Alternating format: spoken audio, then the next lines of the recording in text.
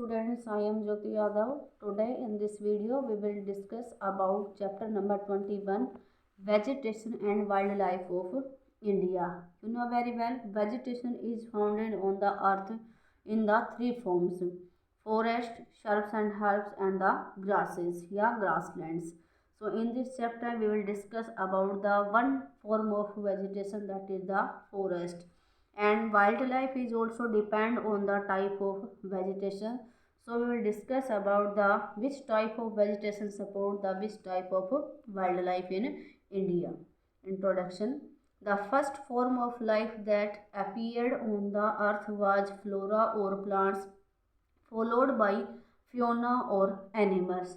You know very well, on the earth many living organisms are presented there, but the first living organism is that vegetation or the flora. This is the other name of the vegetation, that is the flora.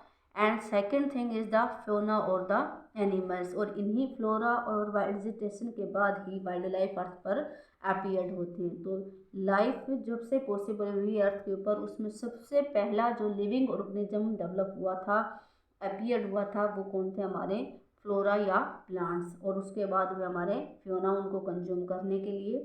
Vegetation and wildlife are important natural resources of any country, and this vegetation and the wildlife are the part of natural resources. There are the two types of resources on the earth: natural resources or the man-made resources. Natural resources which we get from the nature are without paying any cost, जिनको हमें nature से free of cost कोई payment नहीं देनी पड़ती, वो जो resources हमें मिले हैं वो कहलाते हैं नेचुरल रिसोर्सेज। और second is the man made resources. Man made resources those resources which we made by using the natural resources, जिनको हमने नेचुरल रिसोर्सेज को यूज करके बनाया है अकॉर्डिंग टू अवर रिक्वायरमेंट।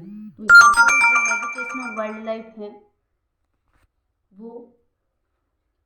वो हैं दोनों नेचुरल रिसोर्सेज के पार्ट, क्योंकि वो हमें नेचर से फ्री ऑफ कॉस्ट मिले हैं। India has a wide range of both the flora and the Fiona. And in India, you know very well, many diversities are there, and due to the diversities, it supports the wide range of both flora and the fauna. There are more than 18,000 species of flowering plants and more than 50,000 species of plants, including a variety of endemics.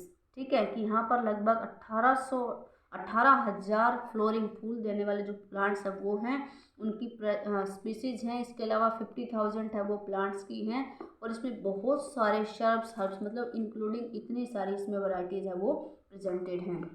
There are around 2500 species of fishes, animals का है, 200 species of amphibians और 400 species of reptiles. ठीक है, amphibians आपको पता है कौन कौन से एनिमल्स होते हैं, रेप्टाइल्स जो रेंग कर चलने वाले होते हैं, एम्फीबियन जो लैंड और वाटर दोनों में रहते हैं। तो इस तरह से बहुत सारे एनिमल्स की यहाँ पर स्पीसीज भी हैं। 1200 species of birds, 400 species of mammals, mammals वो होते हैं जो अपने बच्चों को दूध पिलाते हैं। ठीक है, are found in India. India has a greater number of cat species than any other country. तो इस तरह से हमने देखा कि कितने सारे number of varieties of plants and animals are founded in India, and this variation is due to the climatic variation of India. Now natural vegetation. Natural vegetation की वेजिटेशन का जो सबसे बड़ा फॉर्म है, सबसे इम्पोर्टेंट जो फॉर्म है vegetation में, वो आता है फॉरेस्ट। लेकिन उससे पहले इंफॉर्मेशन हमें कलेक्ट करनी होगी कि इसके बारे में नेचुरल वेजिटेशन एक्चुअली होती क्या है। नेचुरल वेजिटेशन वो वेजिटेशन होती है that grow naturally, it means no any disturbance, no any interference of is done by the human beings, कि उनके कॉन्ट्रीब्यूशन में, उनके डेवलपमेंट में ह्यूमंस का कोई भी इंटरफेरेंस नहीं होता। जैसे हमारा एग्रीकल्चर वर्क होता है तो उसमें सारे काम हम करते हैं, हमारा पूरा कंट्रीब्यूशन होता है उसको ग्रोथ करवाने में, डेवलपमेंट में, बट नेचुरल वेजिटेशन में हमारा कोई भी कंट्रीब्यूशन नहीं होता, ना ही हम उसमें सोइंग का, सीडिंग का कोई भी वर्क नहीं करते। तो वो नेचुरली प्लांट्स जो कहते हैं वो होती है natural vegetation. We can see a variety of plant life in our surrounding including green grasses, small plants called bushes, and shrubs like cactus, flowering plants, and many tall trees such as neem, mango. You have Also, you can also observe in your surrounding area near the farms or in the agriculture field. So many small plants and unwanted plants, grasses are there. Sometimes we can see the bushes in the desert area also, and the other tall trees also, neem, mango, so many babool, etc. are. The plants that grow on their own without interference or help from human beings are called a natural vegetation. इसी को क्या कहते हैं, natural vegetation. आप भी देखते होंगे कि जब हम खेतों में जाते हैं, काम वगैरह करते हैं, तो हमारी जो क्रॉप्स जिसको हमने ग्रो किया है, चाहे वो मस्टर्ड है, व्हीट है, उसके ग्रो के साथ साथ कुछ और अनवांटेड प्लांट्स भी अपने आप ही ग्रो किए जाते हैं. तो वो भी किसका पार्ट है, नेचुरल वेजिटेशन का, क्योंकि उनको ग्रो करने के लिए हमने कोई वर्क नहीं किया. हमने तो वर्क किसके लिए किया था, अपनी जो मस्टर्ड है या व्हीट उसके लिए किया था. तो इस तरह से हम बहुत सारे प्लांट्स और को देखते हैं जो किसका पार्ट है, नेचुरल वेजिटेशन का. India has a wide range of natural vegetation due to varied climatic conditions. और मैंने पहले ही बताया था कि ड्यू टू द वेरिड मतलब वेरिएशन है क्लाइमेटिक कंडीशंस में, इसी वजह से वेजिटेशन भी क्या है, कम डिफरेंस है, क्योंकि वेजिटेशन कम्प्लीटली डिपेंड करती है क्लाइमेट के ऊपर. और ये क्लाइमेटिक कंडीशंस आपको पता है, पिछले चैप्टर में हमने डिस्कस किया था. The variation in the climate, जैसे नॉर्दर्न पार्ट का क्लाइमेट अलग है, वेस्टर्न का अलग है, साउथ का अलग है, ईस्टर्न का अलग है. And due to the variation, the vegetation is also different in these regions. Factors that affect the growth of natural vegetation. कि क्लाइमेट के साथ साथ और भी कुछ ऐसे फैक्टर्स हैं जिसकी वजह से जो नेचुरल वेजिटेशन है वो डिफरेंस है अलग अलग रीजन्स में. क्योंकि क्लाइमेट तो है ही अलग बाकी रीजन्स में, इसके अलावा कुछ चीज़ें और भी अलग हैं जिसकी वजह से जो वेजिटेशन है वो क्या है, डिफरेंट है. The geographical factors which influence the growth and development of natural vegetation in India are the following, and there are the some geographical factors which are varied from region to region in India, so that vegetation is also varied. First factor is the climate. The fall in temperature affects the type of vegetation and its growth. fall in temperature इसका मतलब है कि ठंडे area में अगर हम देखेंगे तो वहाँ की वेजिटेशन क्या होगी, अलग होगी. And in some area the temperature is moderate. जैसे कि अगर हम अर्थ का देखें तो अर्थ को 3 पार्ट में बांटा गया टेम्परेचर के बेस पर.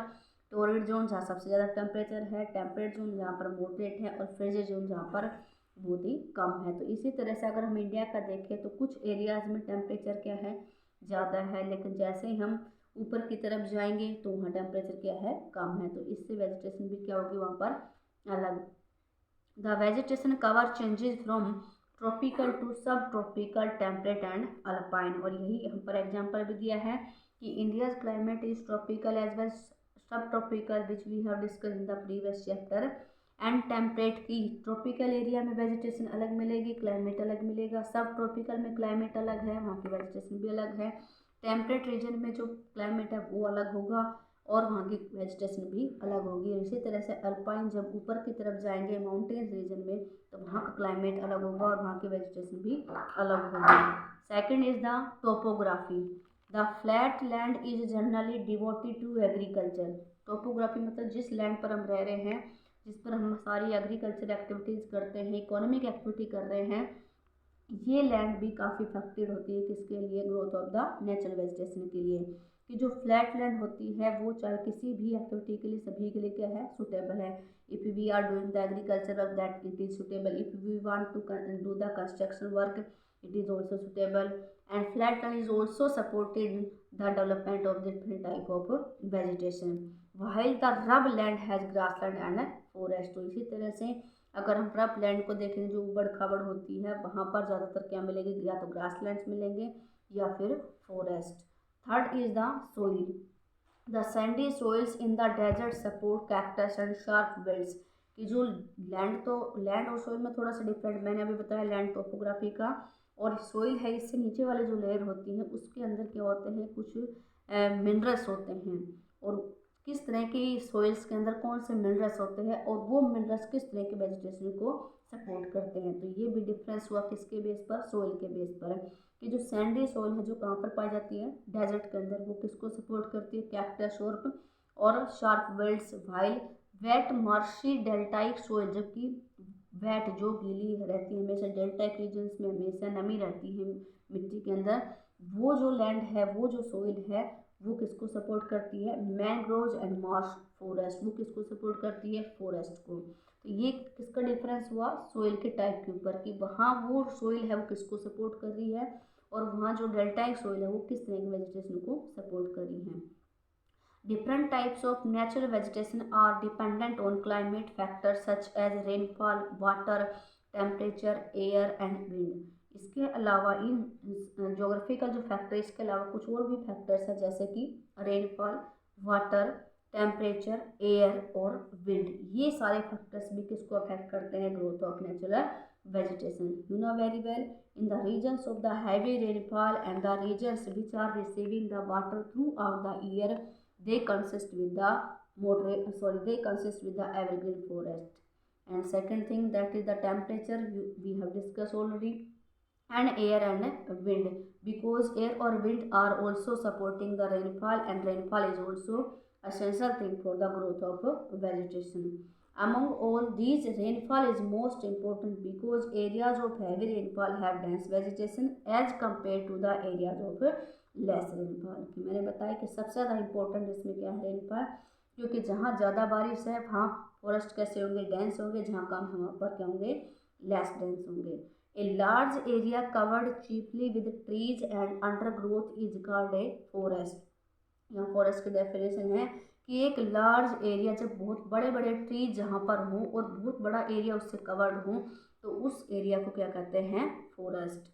दे are unevenly distributed and forest और also undistributed, unequally distributed because the physical features and the climate and the rainfall distribution is also unequal. और ये सारे फैक्टर्स किसको अफेक्ट करते हैं, वेजिटेशन के लिए, इसीलिए फॉरेस्ट का डिस्ट्रीब्यूशन भी क्या है, unequal है।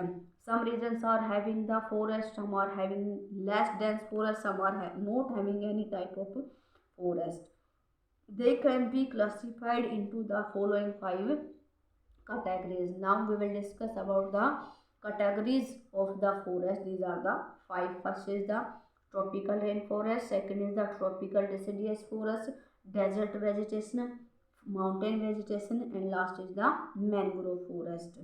Now we will discuss about in these type of forest individually. First is the tropical rainforest. This is the first type of the forest.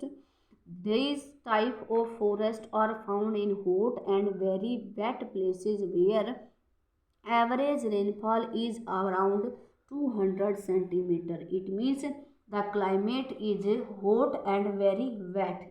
Rainfall is high there, more than 200 centimeter. It means these regions consist with this type of forest, and they are called the rainforest because they totally depend on the rainfall.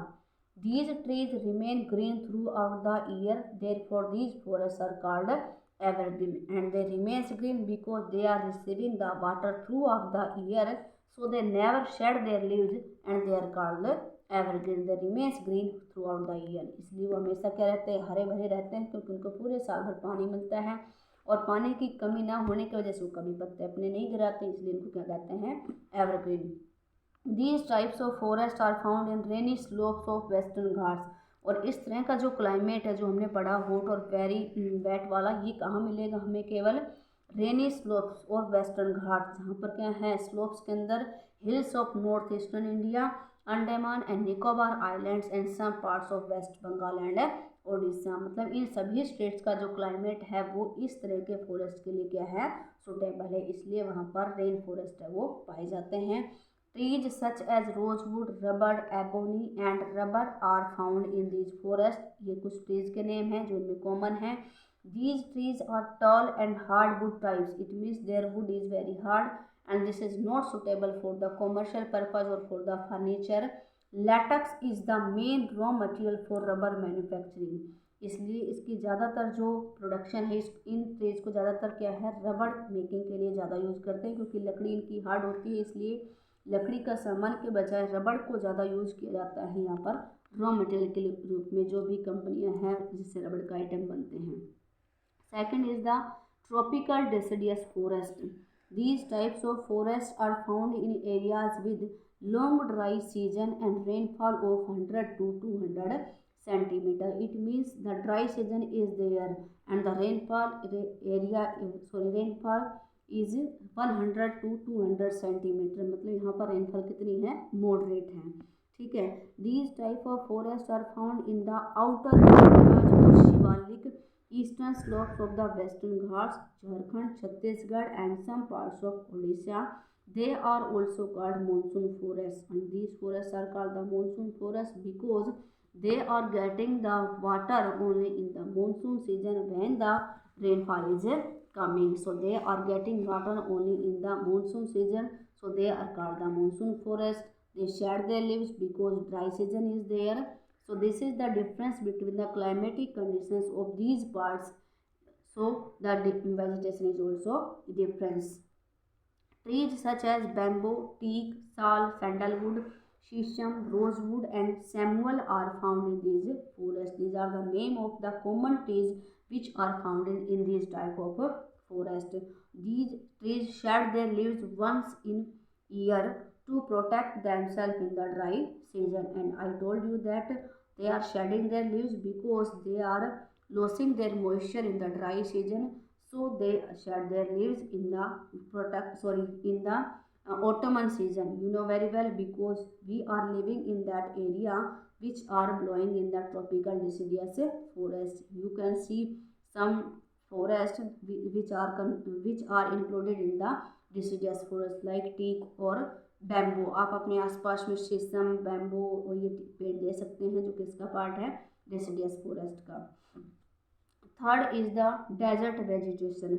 These type of forests are found in areas with low rainfall, humidity and high temperature. Desert vegetation name से ही clear है. It means this type of vegetation is founded in the desert region or the low rainfall area. क्योंकि desert के बारे में अगर हमने पढ़ा है तो उसका मीनिंग ये होता है कि जहाँ पर रेनफॉल क्या हो, लो हो, और कैसा हो, हाई टेम्परेचर हो, ठीक है, मतलब हॉट डेजर्ट में. लो डेजर्ट में तो कोई भी वेजिटेशन है ही नहीं, वहाँ पर तो क्या है, नील है. जैसे कि लद्दाख है, वहाँ पर क्या वेजिटेशन ना के बराबर है. लेकिन जो हॉट डेजर्ट होते हैं वहाँ पर थोड़ी बहुत वेजिटेशन आपको देखने के लिए मिल सकती हैं. तो वहाँ जो रेनफॉल है वो कैसा है, लो है, टेम्परेचर भी हाई होगा और हमेशा क्या रहती है, ह्यूमिडिटी. क्यों? क्योंकि टेम्परेचर हाई की वजह से इवेपोरेशन स्पीड वहाँ पर ज़्यादा है. These type of forest are found in Rajasthan. और आपको पता है डेजर्ट एरिया कहाँ कहाँ पर कवर्ड है, Rajasthan, Gujarat, central part of Deccan plateau and some parts of Madhya Pradesh. These regions consisted with this type of vegetation. Trees such as babul, cactus, कीकर and acacia are found in these forests. ये कुछ trees के name हैं जो यहाँ पर हैं. The trees of these forests have small leaves to reduce the loss of water from the leaf surface. और इनके जो trees होंगे, इनके जो पत्ते होंगे वो कैसे होंगे, स्मॉल होंगे, ठीक है. क्यों? क्योंकि यहाँ का जो क्लाइमेट है वो ग्रोथ के लिए ज़्यादा सूटेबल नहीं है. और reduce the loss of water, पानी के लॉस को कम करने के लिए लीफी सरफेस से ऑल्सो हैव डीप रूट्स. इनकी जो जड़ें कैसी होती हैं, लंबी होती हैं, ताकि मिट्टी के अंदर से जो मॉइस्चर होते हैं उसको वो कंजर्व कर सके. अदरवाइज ये सूख जाते हैं, डेवलपमेंट नहीं कर पाते. तो इसलिए इनके पत्ते क्या होते हैं, छोटे और छोटे, और इनकी जो जड़ें कैसी होती हैं, लंबी. And to draw water from the subsoil, ताकि ये, क्योंकि आपको पता है रूट्स के अंदर आप कभी भी किसी भी पेड़ को काटते हो तो उसकी जड़ें हमेशा क्या मिलती है, गीली. इसका मतलब रूट्स की क्वालिटी होती है कि वो क्या करती हैं, ह्यूमिडिटी को, वेपर्स को, जो भी वाटर के अंदर जो भी मॉइस्चर होता है उसको क्या करता है, कंजर्व करके रखता है. तो इसलिए इनकी रूट्स क्या होती हैं, लंबी, जिससे ये काफ़ी समय तक इस हॉट क्लाइमेट में भी अपने आप को सर्वाइव कर पाते हैं. तो ये हमारे 3 टाइप के जो फॉरेस्ट है वो हमने डिस्कस की हैं. उसके बाद नंबर 4 है mountain vegetation.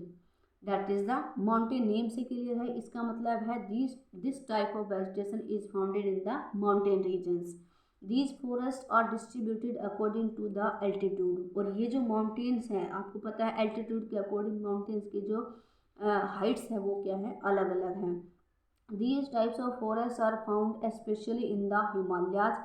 The foothills of Himalayas are covered with tropical deciduous forest. अगर कुछ हिस्से में देखें जहाँ पर स्नोफॉल नहीं है तो वहाँ पर हिमालय की, आपको पता, 3 रेंजेज होती हैं, ठीक है. सबसे पहले ग्रेटर हिमालय, दूसरा मिडल हिमालय, तीसरा है शिवालिक हिमालय जो सबसे लास्ट में है. तो उनके ऊपर तो पाई जाती है ट्रॉपिकल डिसीडियस, क्योंकि वहाँ पर स्नोफॉल नहीं है और इसलिए क्लाइमेट कैसा है, सूटेबल है इस तरह की वेजिटेशन के लिए। दिस रीजन हैज़ साल एज एन इम्पोर्टेंट ट्रीज, और इन फॉरेस्ट में सबसे ज़्यादा इम्पोर्टेंट जो ट्री है वो क्या है, साल है, जिसकी काफ़ी अच्छे फर्नीचर बनाए जाते हैं। Broad leaved evergreen trees such as chir, chestnut and oak are found in the sub tropical hill vegetation. इसके अलावा इससे ऊपर हम थोड़ा सा जाते हैं तो वहाँ पर इस तरह के पेड़ हैं वो पाए जाते हैं। On the slopes of main Himalayas between 1800 and metre and 35 metre coniferous forest are found with pine. और अगर इससे ऊपर हम 1800 से 3500 मीटर की हाइट पर जाते हैं तो वहाँ पर जो फॉरेस्ट है उसकी शेप कैसी होगी, कॉनिफेरस, मतलब कोन के जैसे, जैसे आइसक्रीम का कोन आपने देखा हो मैच की शेप में आप करते हो इस तरह से। और उनमें सबसे फेमस जो पेड़ है वो कौन कौन से हैं, पाइन है, देवदार है, केदार है, सिल्वर फर। इसके अलावा अगर 3500 से ऊपर हम जाते हैं तो वहाँ धीरे धीरे वेजिटेशन की जो ग्रोथ है बहुत ही कम हो जाएगी, because always throughout the year there is the snowfall and snowfall consist no any type of vegetation. Sometimes shrubs and grasses of alpine variety are found at the height of about 3500 metre and above. और थोड़े बहुत areas पर अगर हम 3500 से metre जाते हैं जहाँ पर ड्राई सीजन में समर्स के अंदर थोड़ी बहुत आइस मेल्ट होती है तो वहाँ छोटी घास या शर्ब्स वगैरह ग्रो हो जाते हैं, लेकिन फॉरेस्ट वहाँ पर बिल्कुल भी नहीं है। तो ये किसकी वजह से है, due to the variation of the climatic conditions according to the heights of the mountains. ठीक है, लास्ट का जो पार्ट है हमारा mangrove forest. These forests are found in the coastal areas where the fresh water of rivers mixes with the salt water of the sea। Last में है ये कि मैनग्रोव मतलब इनका जो डेवलपमेंट होता है वहाँ वो कहाँ पर है, कोस्टल एरियाज में, जहाँ पर जो फ्रेश वाटर रिवर्स का होता है, क्योंकि आपको पता है ओशंस के वाटर में रिवर्स अपने पानी को ड्रेन करती हैं तो ये मिक्स होता रहता है, mix fresh water with the salt water. और सी का पानी कैसा होता है, साल्टी, तो वहाँ पर क्या है, दोनों का मिक्सचर होता है। And they are found in the deltas of river. और इसलिए डेल्टा एरिया आपको पता है इंडिया के अंदर कहाँ कहाँ पर है, महानदी, गोदावरी, कृष्णा और Kaveri rivers, Andaman and Nicobar islands and Sundarban delta of the Ganga and Brahmaputra rivers. इन एरियाज में ये सारे जो मैंग्रोव फॉरेस्ट डेवलप होते हैं। The Sundarban delta of the Ganga and Brahmaputra river is full of sundari trees from which the name Sundarban is drive. और गंगा ब्रह्मपुत्र का जो डेल्टा है सबसे बड़ा डेल्टा है वर्ल्ड के अंदर, और इसके अंदर सबसे ज़्यादा सुंदरी नाम के ट्रीज पाए जाते हैं, इसलिए इसका नाम भी सुंदरबन रखा गया है। And these trees provide hard and durable wood which are excellent for boat and furniture making. और इन मैंग्रोव फॉरेस्ट की जो लकड़ी है काफ़ी ड्यूरेबल, काफ़ी सॉफ्ट है, जो फर्नीचर के लिए काफ़ी सूटेबल है, इसलिए सबसे ज़्यादा कॉमर्शियल पर्पज़ के लिए मैंग्रोव फॉरेस्ट को यूज़ किया जाता है। तो इस आज के वीडियो में हमने 5 टाइप के फॉरेस्ट को, नेचुरल वेजिटेशन की डेफिनेशन को, इन सबको डिस्कस किया। इसमें कुछ क्वेरीज हो तो आप पूछ लीजिए। थैंक यू दोस्तों।